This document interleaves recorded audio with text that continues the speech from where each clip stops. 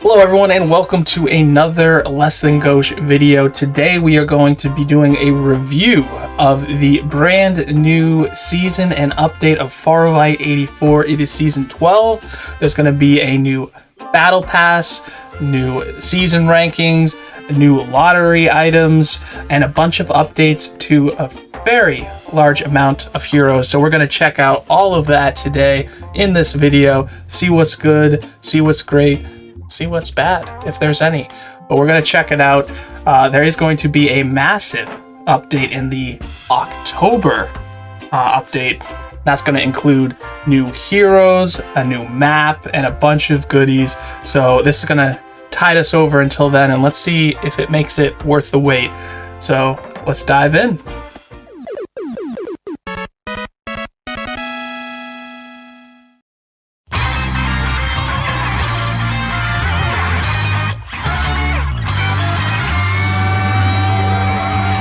So let's start off now with the Battle Pass. Let's check that out first and foremost.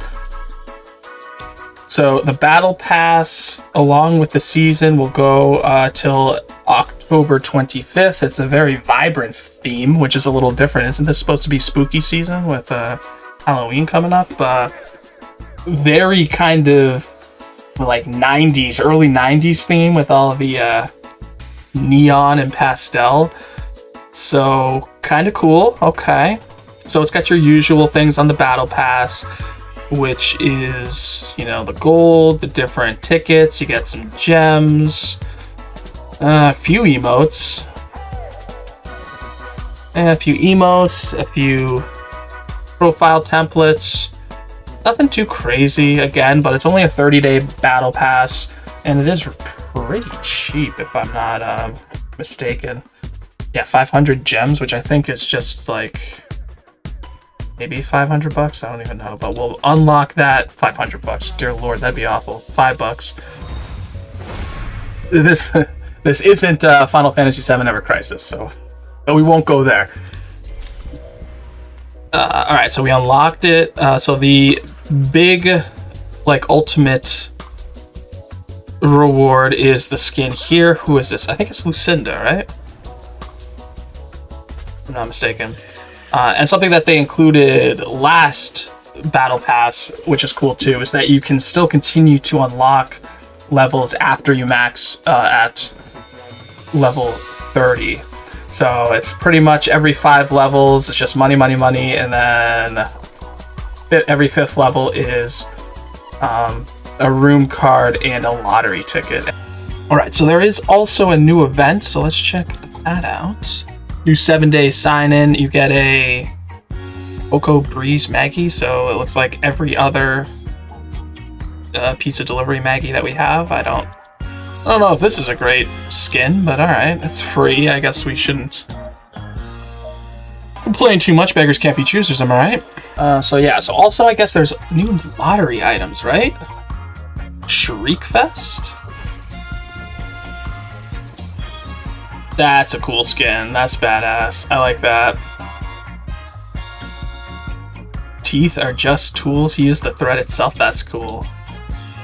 I kind of want that more than...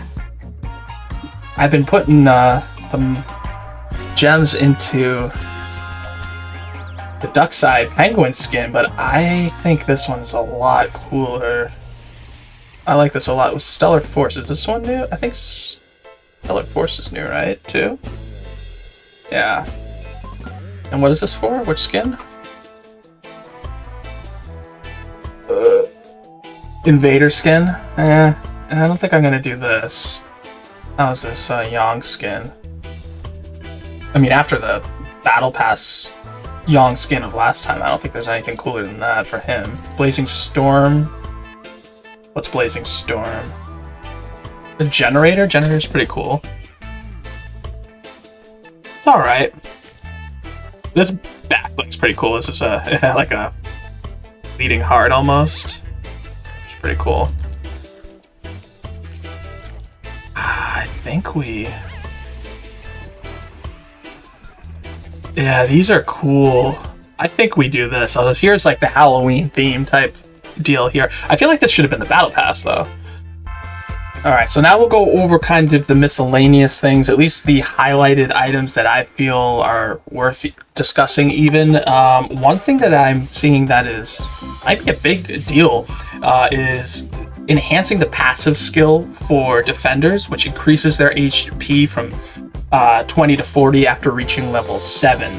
So that would affect heroes such as Ember, Watchman, Captain, and Duckside. Specifically Ember, I feel like having an HP buff for a hero that's used so frequently, especially in the competitive scene, I think that could be kind of big.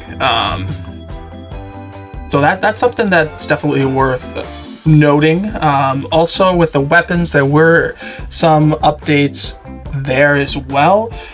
Specifically reducing the damage of the White Dwarf. Not a gun that I use too much myself, but I guess it was getting a lot of use in competitive play for absolutely like slaying in close range. So even using that in kind of close confined quarters, I'm looking at all you Carnival people.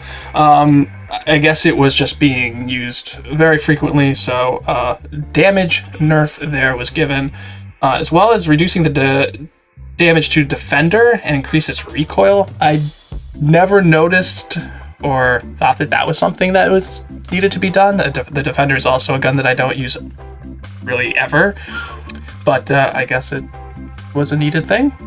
So if you're a defender user, sorry. The one that I'm super excited for is that the MG-7, or the light machine gun, so the one gun kind of in the back of the startup lobby, or the starting lobby, that like rapid fires builds up like over time in terms of the ammo usage. That is now in, and the rocket launcher is out. And you know me and have hung out while I have been played, or while I played Apex Mobile. I loved the Devotion. That reminds me of the Devotion. So I am going to hopefully be able to find that, use it, and check it out. So that looks really cool as well. Oh, that slays. Oh, it's insane.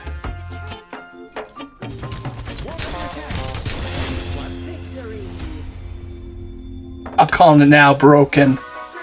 That gun is so good. I just melted through that team with like full shields. Oh, beautiful. Alright, so the first hero we'll use is Yong. He seemed to have the most change in terms of his kit. First one is the complete remake of his tactical skill. Instead of Springboard, it is now Blinding Mark. Blinding Mark, you kind of throw almost like a cone-shaped like surveillance in front of you, and anyone that gets hit with it gets marked for a brief electromagnetic interference. It reduces movement speed, as well as when they are attacked by yourself or a squad mate, it will momentarily disrupt their vision, and then at that point it removes the mark. So the vision is like your screen, like you can only see out of a small portion. It could be pretty difficult, but you do need to get a hit off someone for it to activate. And also from what I've seen, the kind of area of effect of where the tactical skill goes out seems very small, but it does also, I think, go through walls, so that'll be helpful. But basically you are going to need to know where someone is in order to hit them within this area of effect. So let's check it out. I do like that they are remaking tactical and ultimate abilities that are the same throughout different heroes, or similar throughout heroes. So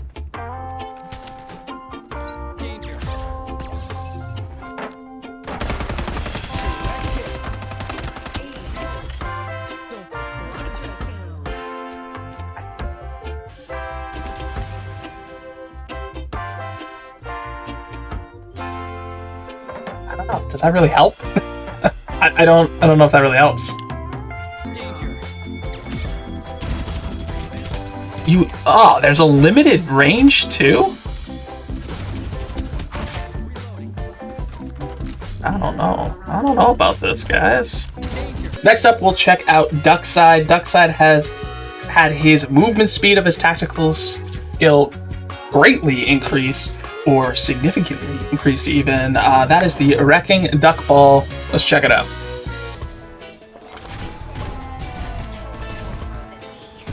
That's a lot quicker. That was good. Let's go.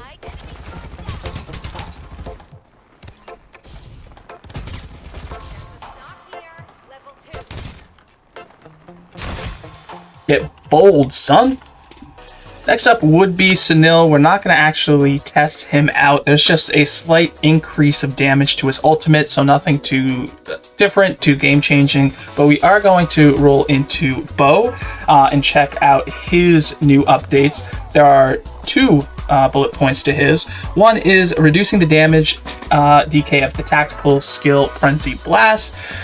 So it seems like the edge of the grenade explosion deals more damage when hitting an enemy, which is interesting. We'll check that out, see if we can make more sense of that.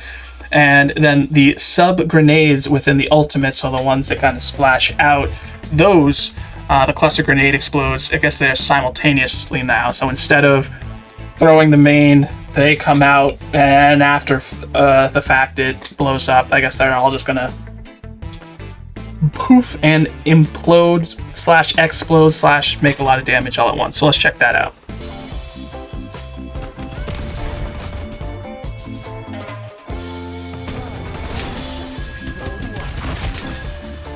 So I don't really notice anything different.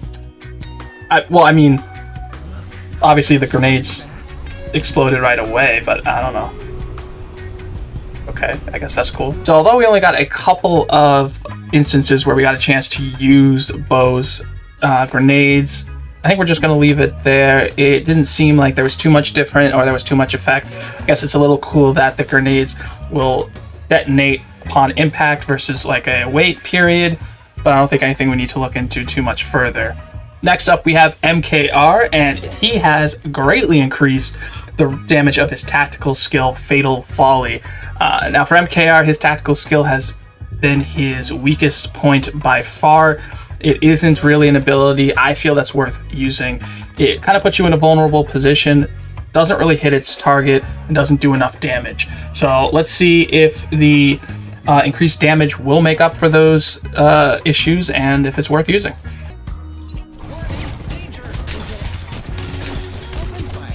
Still trash, man.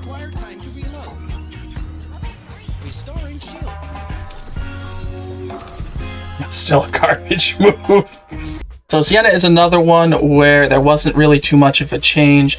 They did optimize the casting experience of her tactical skill, Restoration Field, so you're able now to cast the skill swiftly anywhere on the battlefield. So cool, but nothing we're going to look into. So we're going to roll right into Maggie and check her increased cooldown of the tactical skill, tactical roll, and reduce the roll distance. So a little bit of a nerf there. We'll see how much we notice it.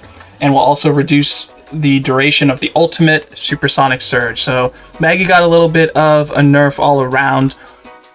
Not, I would say, the biggest deal. She is probably the most used hero, but we'll see how much it affects her. All right, so let's see the movement. I mean, nothing I've noticed, and it's still a 20-second cooldown, which is, to me, short. So I don't really think that the tactical is that big of a buff. And to me, the biggest part of the tactical skill is the fact you get an instant reload. So an instant reload every what? An instant reload every 20 seconds. I think that's still really good. Let's check out the movement.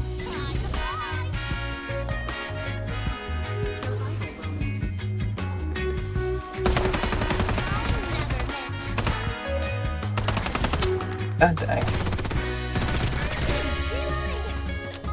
Still don't feel like there's that much of a difference. I still think she's fine. So those are all of the skills and updates that we are going to see, both a tactical and ultimate, from all the heroes. There was one last one, Phantom, who is another one we're not going to look at, but she had her tactical skill of Portable Scout, the duration greatly decreased. So nothing worth really checking out. But yeah, that is pretty much it for all of the update. Season 12, Farlight 84, it's here till October 25th. And again, October update promises to be a big one. New heroes, new map, full controller support, and more. So this looks like a great thing to tide us over until, but that's what we have. I do like the update, some good tweaks to the heroes. Battle Pass is all right, but some cool skins for you to test your luck in with the lottery. That's it. Looking forward to October. Thank you for hanging out. If you enjoyed watching, give that thumbs up, drop a comment down below. You know I love to hear you. And consider subscribing. Thank you. Have a good one.